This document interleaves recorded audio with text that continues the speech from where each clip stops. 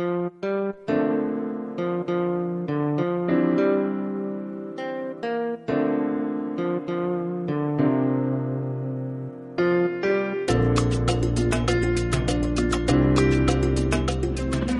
women's slalom tour is more and more exciting, and it's a really good fight out there.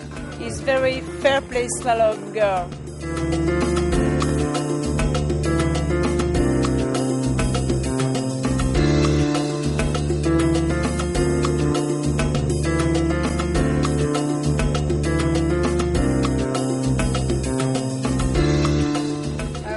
I think this season we really have a good level in women's slalom. There's quite a big fleet as well, bigger than many years before, and it's great to see a lot of especially young racers coming up all the way to the top and fighting that hard as well. I think Sarakita and Alice are probably the most promising ones for the future. Sarakita is a freestyle world champion already, and she definitely brings all the skills for driving and control of the board. She just has to get the speed and tactics together, and then with her body size she'll be probably pretty unbeatable sailor eventually. Alice was concentrating mostly on racing last few years already, but she learned a lot and she's getting better every year again, and she's just started joining us in waves as well, so I think they're both doing the right thing, that they cross over to other disciplines, and I think they'll be the two to watch out in the future. I think all it takes is probably a bit more experience over the whole tour, like knowing the different places, the different setups for the different places, and then just focusing on it. The advantage that they have over us is that they have a lot of experience. So during a race, they'll think faster, or they've already found themselves in that situation, so they know how to act fast. I think we still need to get that experience.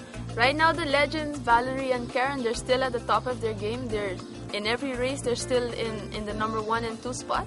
So if any of us want to beat them, for sure we have to really step up our game. And yeah, maybe in the next 2 or 3 years. I'm really happy and surprised to be in front of Karin and Valerie sometimes, but I know I have to train more to stay in this place, because it's really hard and the level is really hard in the event.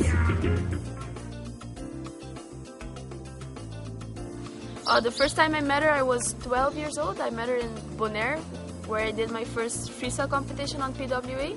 And I saw this, there were actually 3 girls of them, and I saw when Sarakita passed her very first Vulcan, and I just knew from that moment on that she's going to be number 1 eventually in the world. I was super nervous before the heat and everything, and she calmed me down. She took me all the way upwind to start my heat, and yeah, she just helped me with everything in that competition, and I really appreciated that. It was really fun. It's a good memory. That trip, I just left her my board on Bonaire to take her home to Aruba, and I managed to send her another one over from Europe. But it was, as always, sponsorships are quite difficult. But for me, it was always clear she would be there. I give her the tips in the evening.